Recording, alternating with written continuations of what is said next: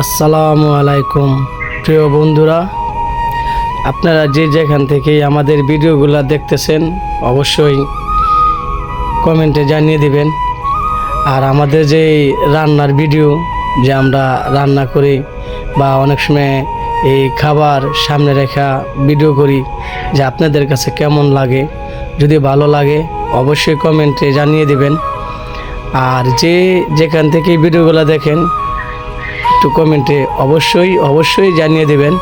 আর আমাদের আজকে কিছু স্যাম্পল রান্না, যে পোলাও রান্না করেছি সরিষার তেল দিয়ে, যার জন্য পোলাওর কালারটা কিন্তু একটু বাদামি কালার হয়েছে হালকা।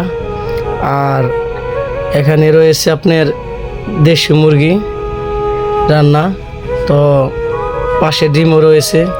তো আমাদের সরিষার তেলের পোলাও আপনাদের কাছে আসলে কি মন লাগতেছে সেটা বলে দিবেন। আর মুরগির গোস্ত যে এটার কালারটা কেমন হয়েছে বা তরকারিটা কেমন স্বাদ হইতে পারে আপনারা কমেন্টে অবশ্যই জানিয়ে দিবেন। আর বন্ধুরা, আপনাদের যদি এই ভিডিও ভালো লাগে তাহলে আমরা এই ভিডিও আরও করব।